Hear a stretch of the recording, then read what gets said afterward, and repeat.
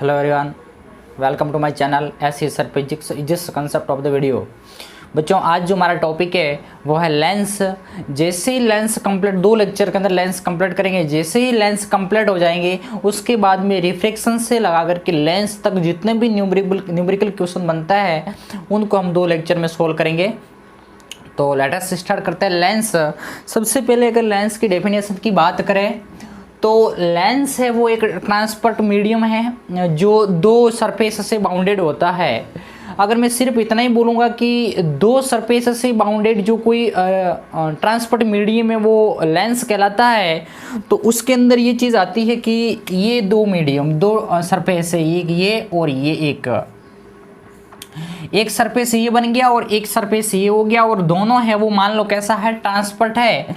तो क्या ये लेंस बन गया? नहीं, ये लेंस नहीं है। यानी कि अब इसकी बात करें, जैसे आप पढ़ते आ रहे हैं 10वीं क्लास से, ये एक लेंस है, ये भी एक लेंस है, ये भी एक लेंस है। यानी कि 1 2 1 2 1 2, यानी इसमें भी 2 सरफेस है, इसमें भी 2 सरफेस है, इसमें भी 2 सरफेस है, और ये जैसे तो इसमें भी 2 सरफेस है 1 और 2। ये लेंस नहीं है बट ये तीनों लेंस है। यानी कि यहाँ से अपन क्या निचोड़ निकाल सकते हैं कि 2 सरफेस जो कि एक दूसरे से बाउंडेड हो और ट्रांसपोर्ट मीडियम है, रिफ्रैक्टिव मीडियम है, तो वो लेंस कहलाता है। तो उस कंडीशन के अंदर ये लेंस क्यों नहीं? तो इसके अंदर सबसे इम्पोर्टेंट चीज़ है कि 2 सरफेस जो एक दूसरे से बाउंडेड है और उनका जो ट्रांसपोर्ट रिफ्रैक्टिव मीडियम है वही लेंस कहलाता है। बट उनमें से कम एक सरफेस से वो स्फेरिकल होना बहुत अनिवार्य है।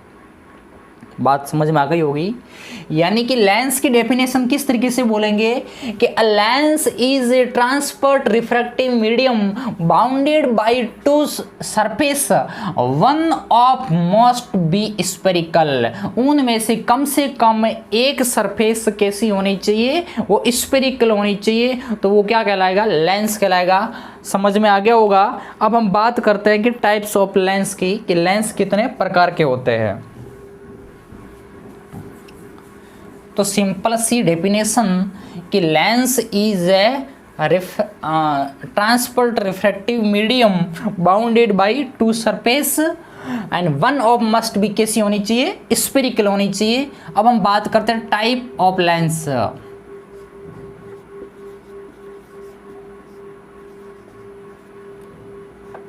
टाइप्स ऑफ लेंस, तो बच्चों लेंस है वो मुख्य रूप से 2 प्रकार के होते हैं। नंबर पहला कॉन्वेक्स लेंस और दूसरा है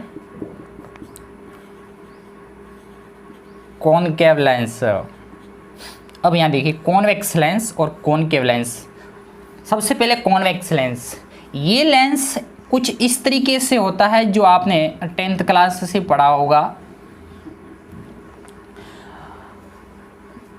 इस लेंस की डेफिनेशन की बात करें तो ऐसा लेंस जो ये मिडल है वहाँ से क्या है? थिक है। तो क्या लिखूंगा मैं? Thick in middle. और जो ये एजेस है, एजेस पे क्या है? थिन है, यानी पतला है। तो क्या लिखूंगा? Thin at edges. सिंपल सी डेफिनेशन, ऐसा लेंस जो मिडिल में से क्या हो? थिक, और एजेस पे क्या हो?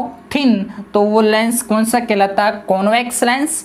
और इस लेंस की एक प्रॉपर्टी है कि इस लेंस पर ये जो प्रिंसिपल अक्ष है, इस प्रिंसिपल अक्ष के पैरेलल आने वाली जो रे है वो लेंस से रिफ्रैक्शन के बाद में एक बिंदु पर कन्वर्ज होती है। इसलिए इस लेंस को कन्वर्जिंग लेंस भी बोलते हैं। इस कॉन्वेक्स लेंस का जो एक दूसरा नाम है वो कौन सा है? Converging lens. क्यों?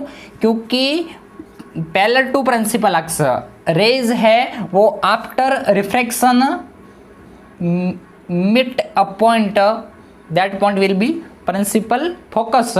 सो इसको क्या बोलते हैं? कन्वर्जिंग लेंस बोलते हैं। सिंपल सी डेफिनेशन की प्रिंसिपल अक्स के पैरेलल आने वाली रे को एक बिंदु पर है वो कन्वर्ज कर लेता है, इसलिए कन्वर्जिंग लेंस कहता है। या फिर ऐसा लेंस जो मिडल से क्या हो थिक हो और जो एजेस पे क्या हो थिन हो, तो वो लेंस है वो कॉन्वेक्स लेंस कहलाता है। सेकंड है कॉनकेव लेंस। तो ये लेंस कुछ इस तरीके से होता है, आपने 10th क्लास में पढ़ा होगा। ये जो लेंस है वो यहाँ से मालूम पड़ा कि मिड में से क्या है, मिडल में से क्या है, थिन है, और जो एजेस पे है वो क्या है, थिक है। तो अब उल्टा हो जाएगा क्या, थिक एट एजेस और थिन इन मिडल। इस लेंस की एक प्रॉपर्टी होती है कि प्रिंसिपल अक्स के पैरेलल जो रे आती है वह रेज इस लेंस से रिफ्रैक्शन के बाद में है वो डाइवर्ज हो जाती है और पीछे की और बैकवर्ड साइड के अंदर इसको है वो मिलाने पर एक पॉइंट पर मिलती है जिसको बोलेंगे प्रिंसिपल फोकस। तो ये जो लेंस होता है वो रिफ्रैक्शन के बाद में रेज को क्या कर देता है, डाइवर्ज कर देता है, इसलिए इस लेंस को डाइवर्जिंग लेंस भी बोलते हैं, डाइवर्जिंग लेंस। तो समझ में आ गया होगा कि कॉन्वेक्स लेंस मुख्य रूप से लेंस है वो 2 टाइप्स के होते हैं। फर्स्ट है वो कॉन्वेक्स लेंस और सेकंड है वो कॉनकेव लेंस। ये तो मुख्य रूप से हो गया। अब इसका हम फर्दर क्लासिफिकेशन करते हैं।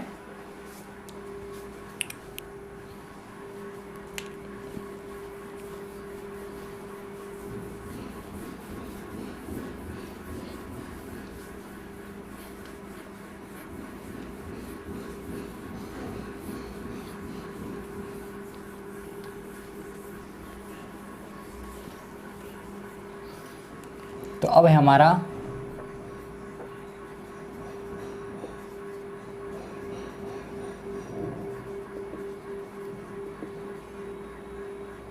Further classification. सबसे पहले है वो कॉन्वेक्स लेंस के नेचर का।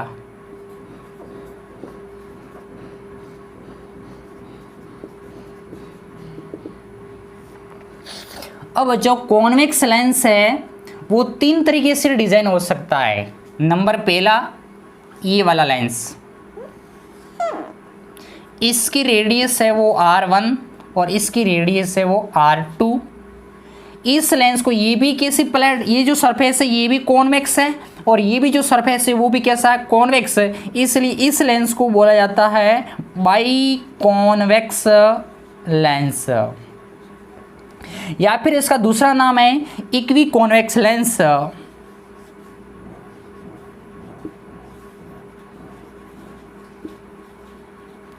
सेकंड, एक सरफेस तो प्लेन और दूसरा जो सरफेस है वो कैसा है, कॉन्वेक्स टाइप का स्फेरिकल।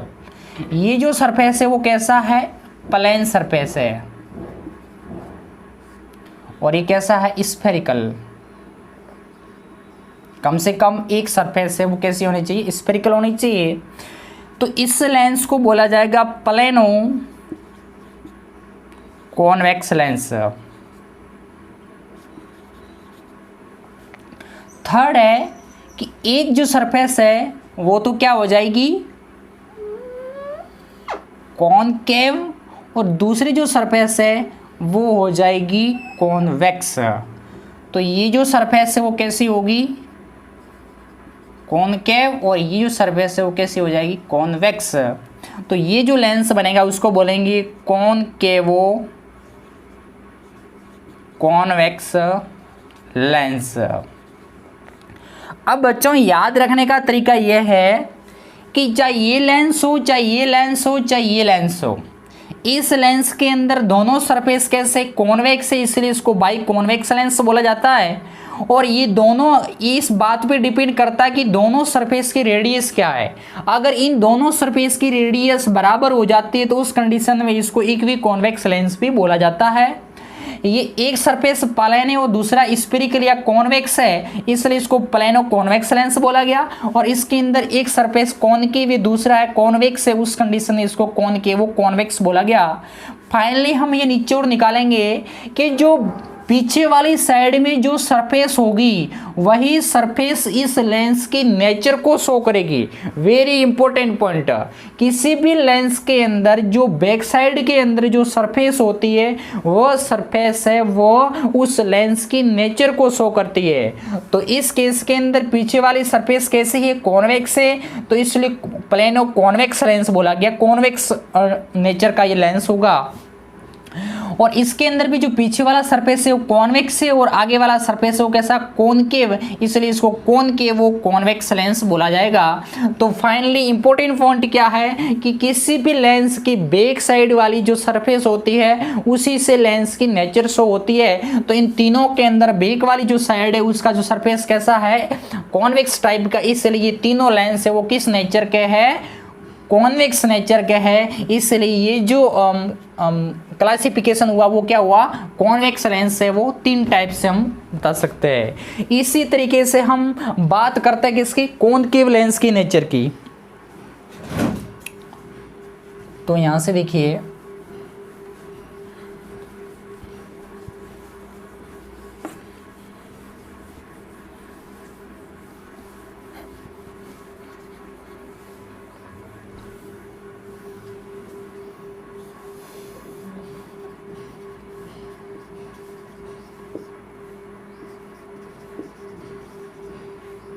Concave lens nature. तो सबसे पहले दोनों सरफेस कैसी हो, कॉनकेव सरफेस हो, इसकी रेडियस r1 और इसकी रेडियस r2, दोनों जो सरफेस है वो कैसे, कॉनकेव, इसलिए इसको बोलेंगे बाई कॉनकेव लेंस। और उसमें दोनों की सरफेस की रेडियस है वो बराबर हो जाती है, इक्वल हो जाती है, उस केस में इसको बोलेंगे इक्वी कॉनकेव लेंस। उसके बाद में एक सरफेस कैसी, प्लेन, और जो दूसरी सरफेस है वो कैसी हो, कॉनकेव, उस कंडीशन के अंदर इस लेंस को बोले ये कैसी है, प्लेन सरफेस, और ये कैसी है, कॉनकेव, इसलिए इस लेंस को बोला जाएगा plano concave lens. Third type है, उसके अंदर एक सरफेस कैसी होगी, उत्तल, और जो दूसरी सरफेस है वो कैसी होगी, कॉनकेव नेचर की। तो ये हो जाएगा इस तरीके से, ये सरफेस कैसी होगी, कॉन्वेक्स, और ये जो सरफेस कैसी होगी, कॉनकेव। या इसको कुछ इस तरीके से भी बना सकते हैं कि ये जो सरफेस है वो कॉन्वेक्स और ये जो सरफेस है वो कैसी बन गई, कॉनकेव। तो इसको क्या बोलेंगे, कॉन्वेक्स, और ये हो जाएगा कॉनकेव। तो इस लेंस को बोलेंगे कॉनकेवो, सॉरी कॉन्वेक्स कॉनकेवो। तो कॉन्वेक्स कॉनकेवो लेंस। तो अगेन इसके अंदर भी सेम टू सेम जो पीछे वाला सरफेस होगा वही लेंस की वो नेचर शो करेगा।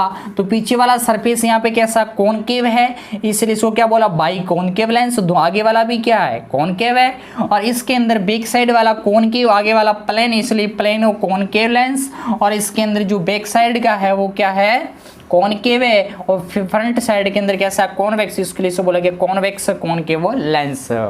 आई होप कि समझ में आ गया होगा। ये था लेंस का फर्दर क्लासिफिकेशन, यानी आगे और इसका विभाजन, आप इसको नोट करिए। इसके बाद में हम डिस्कस करते हैं some important definition to related lens. तो बच्चों कुछ डेफिनेशन है, सम इम्पोर्टेंट डेफिनेशन लेंस से रिलेटेड। नंबर पहला है सेंटर ऑफ कर्वेचर, उसके बाद में रेडियस ऑफ कर्वेचर, उसके बाद में प्रिंसिपल अक्स, देन आफ्टर ऑप्टिकल सेंटर, और उसके बाद में प्रिंसिपल फोकस, और लास्ट है फोकल लेंथ। तो एक एक करके हम इस डेफिनेशन को समझते हैं। सबसे पहले बात आती है सेंटर ऑफ कर्वेचर। तो बच्चों पहले हमने पढ़ा था मिरर, तो मिरर के अंदर एक ही सरफेस हुआ करती थी, इसलिए उसका जो सेंटर ऑफ कर्वेचर है वो एक ही हुआ करता था, जबकि यहाँ पे लेंस के अंदर है वो जो सरफेस होती है वो दो सरफेस होती है, इस वजह से इसके सेंटर ऑफ कर्वेचर पर कितने होंगे, दो। यहाँ देखिए अगर मैं कॉन्वेक्स लेंस की बात करूं तो ये लेंस, तो ये जो लेंस का ये पार्ट है ये क्या होगा, किसी ना किसी है स्फीयर का क्या होगा, पार्ट होगा, और ये जो सरफेस है ये भी क्या हुआ, किसी न किसी है वो स्फीयर का पार्ट होगा। तो इस स्फीयर का जो सेंटर है वो इस लेंस के लिए क्या बन जाएगा, सेंटर ऑफ कर्वेचर C1 बन जाएगा, और इस जो स्फीयर का जो सेंटर है वो इस लेंस के लिए क्या बन जाएगा, सेंटर ऑफ कर्वेचर बन जाएगा। तो ये हो गया C2, इसको बोलेंगे क्या, R1, और इसको बोलेंगे R2। तो बड़ी सिंपल सी बात है कि लेंस का सरफेस जिस स्फीयर का पार्ट है उसका जो सेंटर है वो क्या कहलाएगा, सेंटर ऑफ कर्वेचर कहलाएगा, और लेंस है उसके अंदर कितने सरफेस दो होते हैं, दो सरफेस होते हैं, इसलिए इसके सेंटर ऑफ कर्वेचर भी कितने होंगे, दो होंगे। ये तो हो गया कॉन्वेक्स लेंस। अगर लेंस कैसा है, प्लेनो कॉन्वेक्स लेंस है, तो उसका है सेंटर ऑफ कर्वेचर क्या होगा, तो ये जो है वो क्या है, प्लेनो कॉन्वेक्स लेंस है। तो ये जो लेंस है वो किसी न किसी स्फीयर का क्या होगा, पार्ट होगा, और ये क्या है, प्लेन है। यहाँ से ये एक लेंस है प्लेनो कॉन्वेक्स लेंस, इसलिए ये क्या होगा, किसी न किसी स्फीयर का क्या होगा, पार्ट होगा। इसलिए इस जो इस सरफेस का जो सेंटर है वो यहाँ पे होगा, और जो प्लेन सरफेस होता है, इंपॉर्टेंट चीज, प्लेन सरफेस होता है ये क्या है, इन्फिनिटी तक जाएगा, इसलिए इसका जो रेडियस ऑफ कर्वेचर कैसी मानी गई है, सेंटर ऑफ कर्वेचर कहाँ माना गया, इन्फिनिटी पे माना गया है, इसलिए इसकी रेडियस ऑफ कर्वेचर भी क्या हो जाएगी, इन्फिनिटी पे हो जाएगी। तो उस केस के अंदर है ये जो इसका पॉइंट है यहाँ से यहाँ तक, इस प्लेन सरफेस पे जो परपेंडिकुलर होगा वही उसकी क्या बन जाएगी, रेडियस ऑफ कर्वेचर बन जाएगी।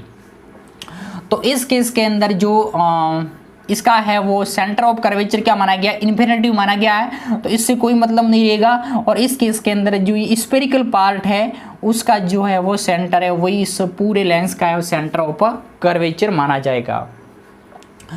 तो ये हो गया सेंटर ऑफ कर्वेचर। अगर मैं कॉनकेव लेंस की बात करूं तो उसमें भी सेम टू सेम, ये कॉनकेव लेंस है, तो ये जो किसी न किसी स्फीयर का पार्ट होगा, और ये भी किसी न किसी स्फीयर का क्या होगा, पार्ट। तो इस स्फीयर का जो सेंटर है वो इस सरफेस के लिए क्या बन जाएगा, सेंटर ऑफ कर्वेचर C1 बन जाएगा, और इसका जो सेंटर है वो इस लेंस के सरफेस के लिए क्या बन जाएगा, सेंटर ऑफ कर्वेचर, और ये बन जाएगी क्या, इसकी रेडियस, और ये बन जाएगी इसकी रेडियस, ये हो जाएगी R1 और ये हो जाएगी R2। तो बच्चों क्या हुआ, सेंटर ऑफ कर्वेचर क्या हुआ कि लेंस के सरफेस जिन स्फीयर का पार्ट है उस स्फीयर का जो सेंटर है वो उस लेंस के लिए क्या कहलाएगा, सेंटर ऑफ कर्वेचर कहलाएगा। और इम्पोर्टेंट चीज़ ये है कि जो प्लेन सरफेस होता है उसका सेंटर ऑफ कर्वेचर कहाँ होता है, इन्फिनिटी पे होता है, और उसकी रेडियस ऑफ कर्वेचर भी क्या होती है, इन्फिनिटी होती है।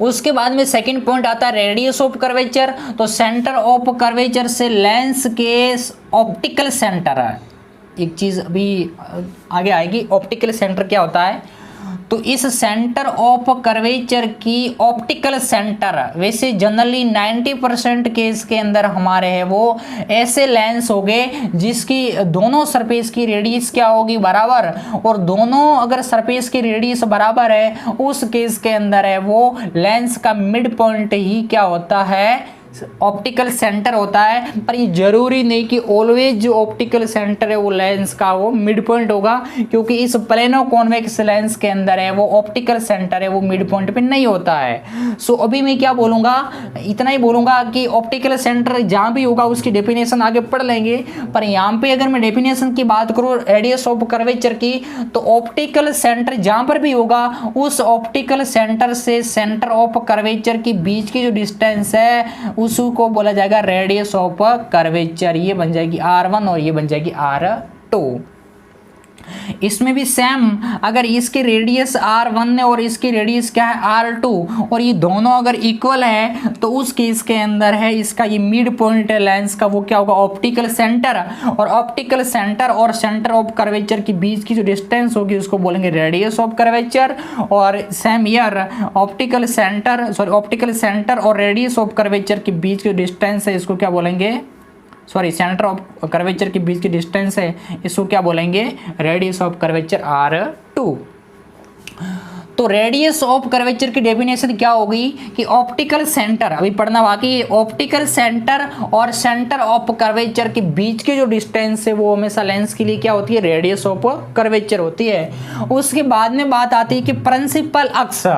तो सिंपल सी डेफिनेशन है कि लेंस के दो सरफेस होते हैं, उस केस के अंदर दोनों के सेंटर ऑफ कर्वेचर को मिलाने वाली और ऑप्टिकल सेंटर तीनों को मिलाने वाली जो लाइन होगी वो ऑलवेज क्या होगी, प्रिंसिपल अक्स। सिंपल सी डेफिनेशन कि सेंटर और लेंस के सेंटर ऑफ कर्वेचर और ऑप्टिकल सेंटर को मिलाने वाली जो लाइन होगी उसको क्या बोला जाएगा, प्रिंसिपल अक्स।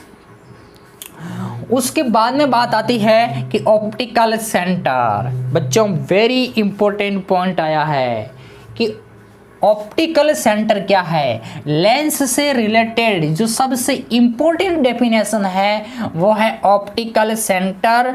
बोर्ड एग्जाम में ये पूछा जाता कि ऑप्टिकल सेंटर को डिफाइन करो।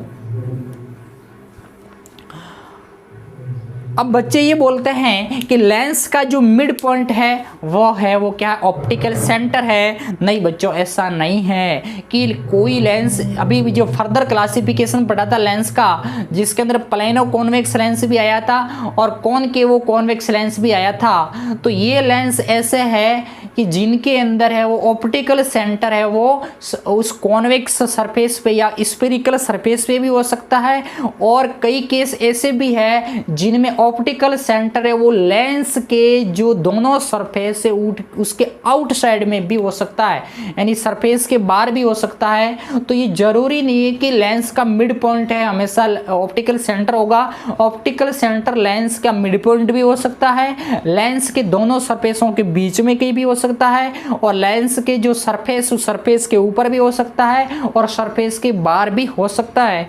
तो इसकी प्रॉपर डेफिनेशन है वो दो तरीके से दे सकते हैं। नंबर पहला, ये अगर लेंस है तो लेंस के अंदर ऑप्टिकल सेंटर है वो इस यहाँ पर बीच में हो सकता है, यहाँ पर भी हो सकता है, और इस स्फेरिकल जो पार्ट यहाँ पर भी हो सकता है और आउटसाइड में भी हो सकता है। पर बच्चा पार्टी चाहे कहीं पे भी हो, ये जो होगा हमेशा होगा का प्रिंसिपल अक्ष पे। इंपॉर्टेंट चीज एक तो होगा का प्रिंसिपल अक्ष पे होगा सदैव, और उसके अलावा चाहे यहाँ पे हो चाहे यहाँ हो चाहे यहाँ हो चाहे यहाँ हो, यहाँ से जो पास होने वाली जो रेज है वो बिना डेविएटेड हुए सीधे अनडेविएटेड रहेगी। कहने का मतलब है कि यहाँ किसी भी ऑप्टिकल सेंटर से पास होने वाली जो रे है वो बिना विचलित हुए सीधे पास हो जाती है। यानी कि लेंस के मिडल में लेंस के दो सरफेस के बीच में, लेंस के सरफेस पर या लेंस सरफेस के आउटसाइड में ऐसा पॉइंट जहां से पास होने वाली जो रे है वो हमेशा क्या रहती है, अनडेविएटेड रहती है, यानी कि अविचलित रहती है। वेरी इंपॉर्टेंट क्या वर्ड आया, अनडेविएटेड। यानी कि वहां से यहां से अगर यहां पर अगर ऑप्टिकल सेंटर होगा तो यहां से पास होने वाली रे है वो भी क्या रहेगी, अनडेविएटेड रहेगी, अविचलित रहेगी। वैसे तो बच्चों देखा जाए तो ये रेज कुछ न कुछ डेविएटेड होनी चाहिए, यानी विचलित होनी चाहिए। क्यों? क्योंकि मान लो मैं इतने से पार्ट, मान लो ये लेंस कैसा है, कॉन्वेक्स लेंस है, और इस कॉन्वेक्स लेंस का ये जो इसकी रेडियस है वो R1 है और ये R2 है, और इस केस के अंदर मान लिया कि R1 और R2 क्या है, बराबर है। अगर दोनों की रेडियस बराबर है तो जाहिर सी बात है कि जो इसका ऑप्टिकल सेंटर है वो क्या होगा, इसका मिडिल पॉइंट होगा। अब मिडिल पॉइंट होगा, और अभी पहले बोला कि यहाँ से जो पास होने वाली जो रेज है वो क्या रहेगी, अनडेविएटेड रहेगी। अगर मैं इस पार्ट की बात करूँ तो ये इतना सा पार्ट है और इसके अंदर जो ये क्या है, पॉइंट है। अब यहाँ से कोई रे आएगी तो बच्चा पार्टी यहाँ से क्या होगा ये एयर है और यहाँ पे क्या है, डेंसर मीडियम होगा क्योंकि लेंस ग्लास है इसलिए ये क्या होगा, डेंसर मीडियम होगा। इसलिए यहाँ पे अगर मैं ये परपेंडिकुलर खींचूं, ये नॉर्मल खींचूं, तो ये जो रे यहाँ जाएगी वो क्या हो जाएगी, थोड़ी सी रे क्या हो जाएगी, बेंड हो जाएगी। वापस यहाँ से रे जैसे इस पॉइंट पे जाएगी तो वापिस डेंसर टू रेयर में जाएगी, उस केस के अंदर ये वापिस क्या हो जाएगी। तो बच्चों देखा जाए तो यहाँ पे रेज है जो एक्चुअल में जानी कहाँ चाहिए थी, यहाँ पे जानी चाहिए थी, किंतु यहाँ थोड़ी सी क्या हुई है, डेविएटेड हुई है। तो हम ये नहीं कह सकते कि ऑलवेज रे है वो ऑप्टिकल सेंटर से भी पास होने वाली अनडेविएटेड रहेगी। तो फिर मैंने क्यों बोला कि अनडेविएटेड रहती है। पर बच्चा पार्टी इम्पोर्टेंट चीज़ ये है कि ये जितना भी अपन काम कर रहे हैं, अपने कोर्स में जितनी भी बातें हो रही है वो केवल और केवल वेरी इंपॉर्टेंट चीज़ है कि थिन लेंस के लिए काम कर रहे हैं। ये जितना भी काम कर रहे हैं वो कैसे लेंस है, थिन लेंस है। कैसे लेंस है, पतले लेंस है। ये सारी बातें हैं जितना भी अपन कोर्स में पढ़ेंगे सारी के सारे वो पतले लेंस मानकर करेंगे। और इसी केस में बच्चों पार्टी ये जो पिक्चर है ये सारी पिक्चरें जूम की हुई है। अगर मैं इसी लेंस को बिल्कुल पतला बना लूँ, इसी लेंस को मैं बिल्कुल अगर पतला बना लूँ तो उस केस के अंदर ये जो पार्ट होगा, उस पार्ट के अंदर ये पार्ट बाहर ले लिया मैंने, तो इस केस के अंदर ये जो पॉइंट होगा वहाँ से जो रे आएगी और मामूली सी डेविड होकर के यहाँ से वो निकल जाएगी। तो यहाँ पे सीधा सीधा मालूम पड़ रहा है कि जो इंसिडेंट और जो इमरजेंट रे है उनके बीच में कोई ज़्यादा मतलब लेटरल शिफ्टिंग नहीं है, यानी कि कुछ डिस्टेंस नहीं है। इसलिए हम मान सकते हैं कि अगर लेंस पतला है या थिन लेंस है तो उस केस के अंदर ऑप्टिकल सेंटर से पास होने वाली जो रेज है वो ऑलवेज क्या रहेगी, अनडेविएटेड रहेगी। तो फाइनली लेंस के लिए ऑप्टिकल सेंटर की डेफिनेशन क्या हुई, तो लेंस के मिडल में, लेंस के दो सरफेस के बीच में, लेंस के सरफेस पर या लेंस के आउटसाइड में ऑप्टिकल सेंटर एक ऐसा पॉइंट है जहां से पास होने वाली जो रेज है वो क्या रहती है, अनडेविएटेड रहती है। वही पॉइंट क्या कहलाएगा, ऑप्टिकल सेंटर कहलाएगा। आई होप कि समझ में आ गया होगा। और उसके इंपॉर्टेंट चीज़ क्या है कि जितना भी काम कर रहे हैं वो सब किसके लिए कर रहे हैं, थिन लेंस के लिए कर रहे हैं। तो ये तो हुई एक डेफिनेशन ऑप्टिकल सेंटर की।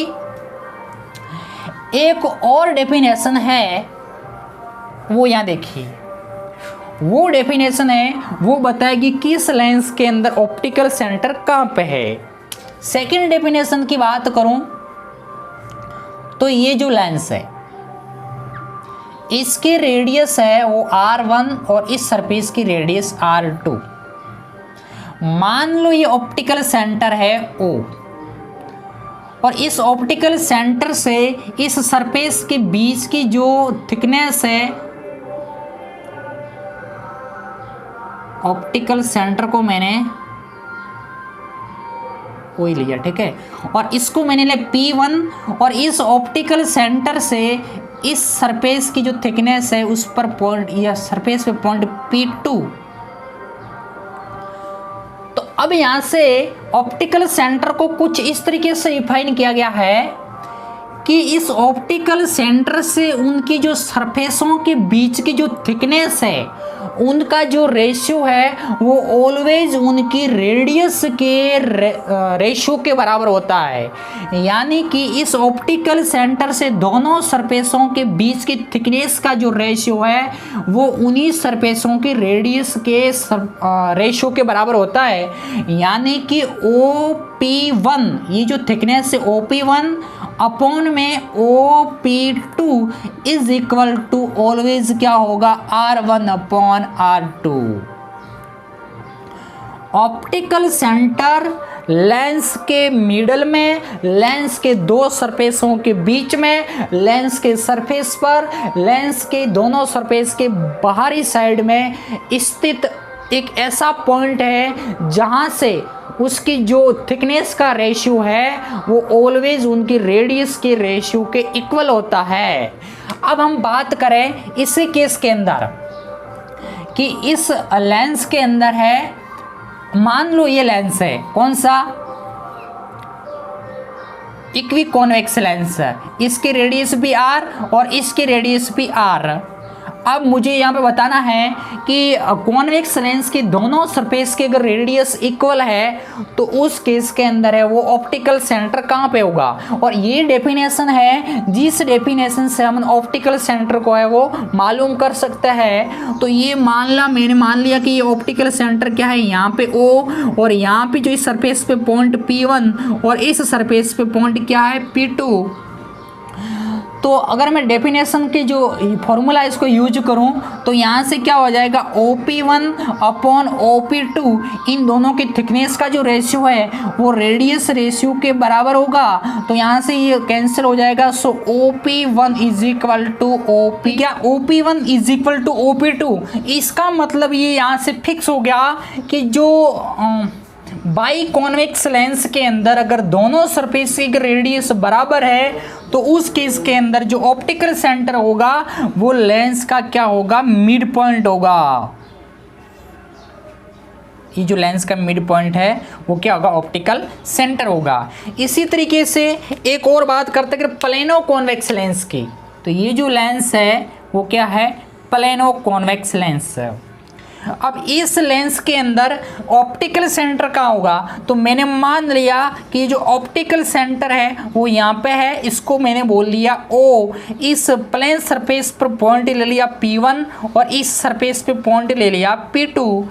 इसकी रेडियस R1 और इसकी रेडियस है वो R2।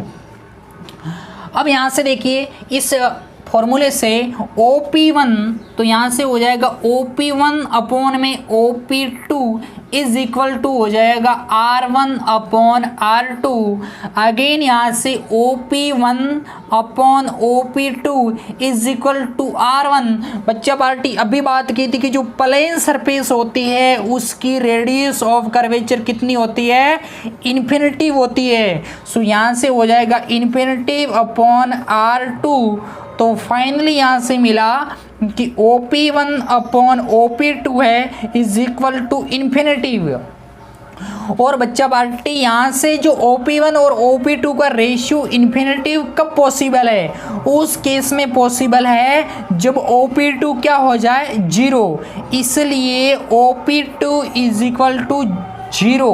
और OP2 का 0 होना क्या शो कर रहा है कि OP2 ये 0 है। ये कब पॉसिबल है, इस लेंस के अंदर OP2 0 है। इसका मतलब ये पॉइंट O कहाँ है, P2 पर है। ये पॉइंट कहाँ आ गया, यहाँ पे आ गया P2 पर। इसका मतलब ये क्या है, ऑप्टिकल सेंटर है।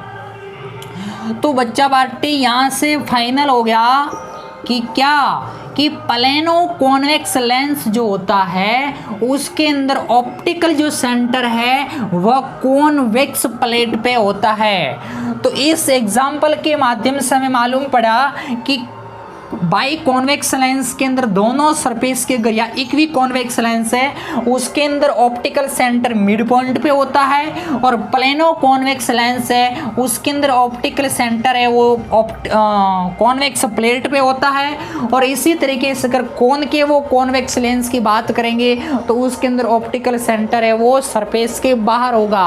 तो अब ये फाइनल हो गया कि ऑप्टिकल सेंटर जरूरी नहीं है कि लेंस के बीच में होगा, लेंस के बीच में, लेंस के सेंटर पर, लेंस के सरफेस पर और सरफेस के बाहर कहीं पे भी हो सकता है। अब कहां पर होगा एक्चुअली में वो हम इस डेफिनेशन से बता सकते हैं।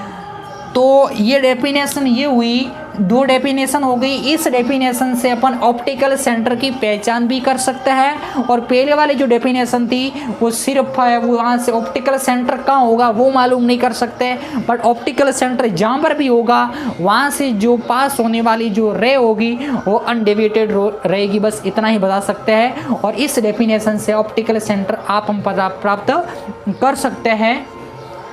तो बड़ा सिंपल डेफिनेशन है यहाँ से कि ऑप्टिकल सेंटर है वो जहाँ से उनकी जो थिकनेस का रेशियो है वो उनकी रेडियस रेशियो के इक्वल होता है। समझ में आ गया होगा। नेक्स्ट जो हमारी डेफिनेशन है उसके अलावा इक्वी कॉन्वेक्स लेंस है या इक्वी कॉनकेव लेंस है तो उस पर ऑप्टिकल सेंटर कहाँ होगा, वो कॉन्वेक्स दोनों कॉन्वेक्स प्लेटों के मिडल पॉइंट पे होगा या दोनों कॉनकेव प्लेटों के मिड पॉइंट पे होगा।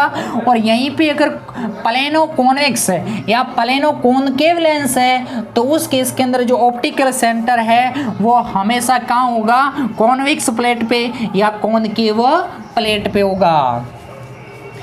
इसी तरीके से जो नेक्स्ट हमारी डेफिनेशन है ये हो गया है ऑप्टिकल सेंटर, उसके बाद में है प्रिंसिपल फोकस और उसके बाद में फोकल लेंथ। बच्चा पार्टी प्रिंसिपल फोकस, वापिस बात ये आती कि जो प्रिंसिपल फोकस है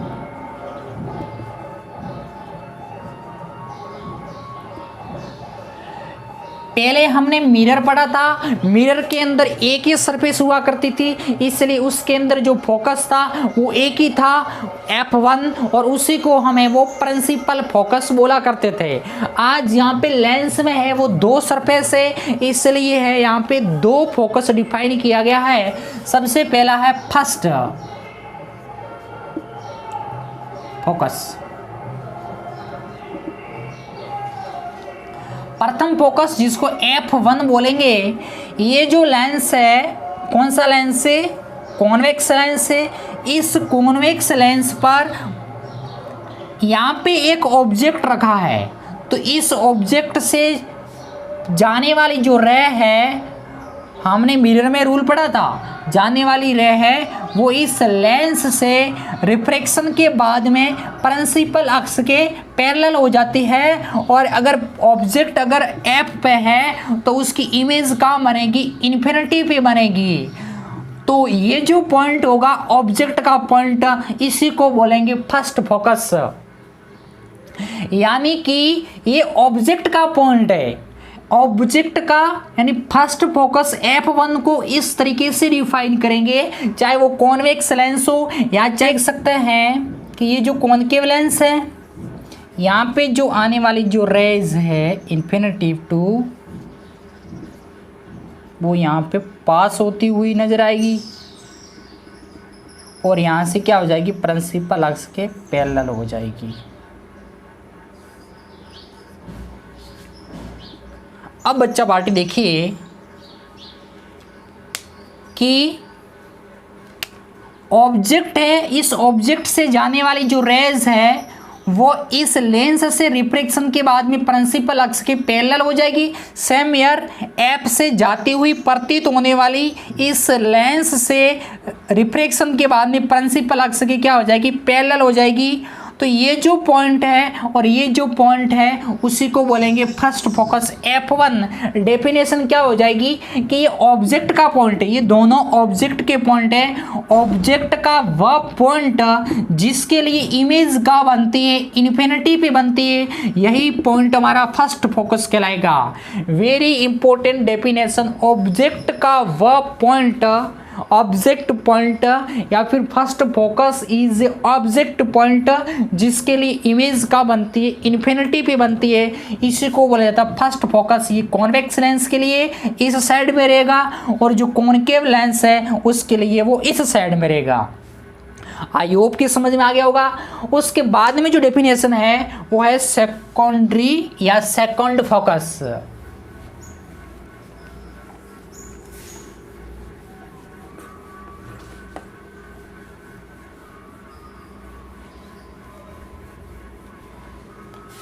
अगर मैं सेकंड फोकस की बात करूं, F2, पहला वाला हमारे लिए इंपॉर्टेंट नहीं है क्योंकि इसी फोकस को ही बोला जाएगा प्रिंसिपल फोकस।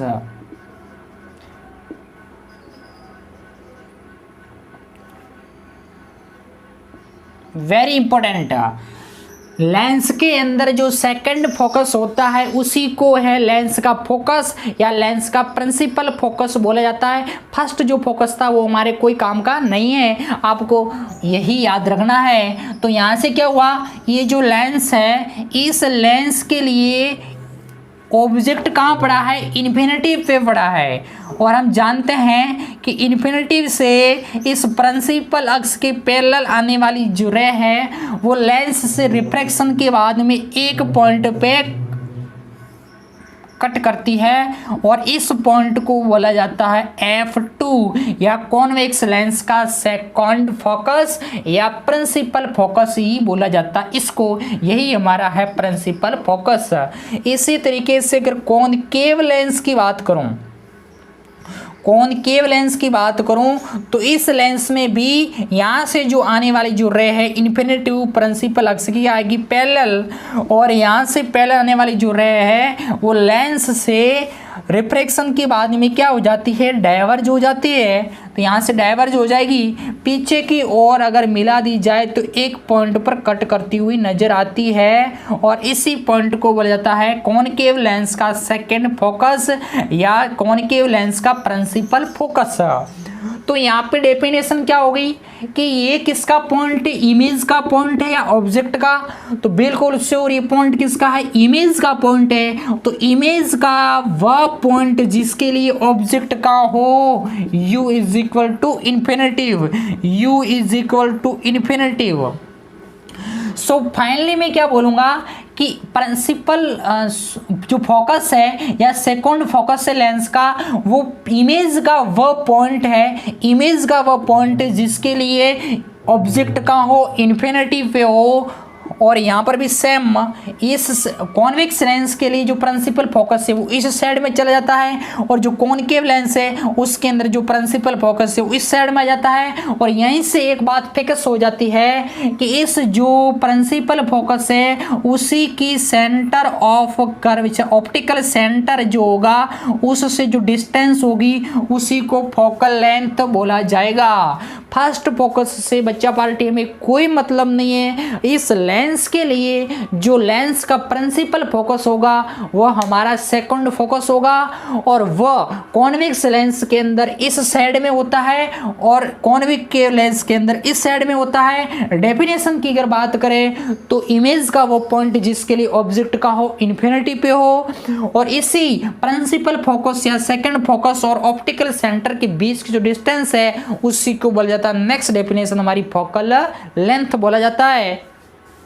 और साथ ही साथ यहाँ से एक मालूम और पड़ गया हमें कि इस डिस्टेंस, ऑल डिस्टेंस, हमने मिरर में बात की थी, all distance are measured from a pole. ठीक इसी तरीके से नेक्स्ट लेक्चर के अंदर हम पढ़ेंगे कि ऑल लेंस के अंदर भी सेम टू सेम कि all distance are measured from है वो ऑप्टिकल सेंटर। यहाँ पे मिरर के अंदर जो पोल का जो योगदान था वो सेम टू सेम यहाँ पे रोल किसका रहेगा, ऑप्टिकल सेंटर का रहेगा। वहाँ पे सारी डिस्टेंस से वो पोल से मेजर्ड करते थे, तो यहाँ पे सारी डिस्टेंस ऑप्टिकल सेंटर से करते थे। इसलिए यहाँ पे प्रिंसिपल फोकस चाहे कॉन्वेक्स लेंस हो चाहे कॉनकेव लेंस हो, इस प्रिंसिपल फोकस और ऑप्टिकल सेंटर के बीच की जो डिस्टेंस है वही हमारी क्या होगी, फोकल लेंथ लेंस की होगी। और हम जानते कि डिस्टेंस यहाँ से मेजर होगी और जो लाइट है उसकी डायरेक्शन के अंदर डिस्टेंस कैसी होती है, पॉजिटिव होती है। और इस कॉन्वेक्स लेंस का फोकस कहाँ, इस डायरेक्शन में, इसलिए कॉन्वेक्स लेंस के लिए, किसके लिए, कॉन्वेक्स लेंस के लिए जो फोकस है वो कैसा होता है, फोकल लेंथ कैसी होगी, स्मॉल एफ ऑलवेज कैसी होगी, पॉजिटिव होगी। और साथ ही साथ एक और चीज, जो कॉनकेव लेंस होता है उसके लिए है डिस्टेंस है वो ऑप्टिकल सेंटर से मेजर्ड होगी और लाइट इस डायरेक्शन से आएगी, तो इस डायरेक्शन के अपोजिट साइड के अंदर जो डिस्टेंस कैसी होगी, नेगेटिव। सो फाइनली मैं क्या बोलूँगा कि जो कॉनकेव लेंस है, कौन सा, कॉनकेव जो लेंस है उसके लिए जो फोकल लेंथ ऑलवेज कैसी होती है, नेगेटिव होती है। बच्चा पार्टी यहाँ से फाइनली मैं कंक्लूजन निकाल लेता हूँ मिरर और लेंस के लिए। मिरर के अंदर भी जो कॉनकेव जो मिरर था उसके लिए फोकल लेंथ कैसी थी, नेगेटिव थी, और कॉन्वेक्स के लिए पॉजिटिव थी। Same to same year in lens, क्या कॉन्वेक्स लेंस की फोकल लेंथ कैसी होगी, पॉजिटिव, और कॉनकेव की क्या होगी, नेगेटिव। निचोड़ ये निकलता है कि चाहे लेंस हो या मिरर हो, अगर कॉन्वेक्स है तो उसकी फोकल लेंथ कैसी होगी, पॉजिटिव होगी, और कॉनकेव है तो उसकी फोकल लेंथ कैसी होगी, नेगेटिव होगी। और जैसी फोकल लेंथ होगी ऐसा का ऐसा बिहेवियर कौन करेगा, सेंटर रेडियस ऑफ कर्वेचर।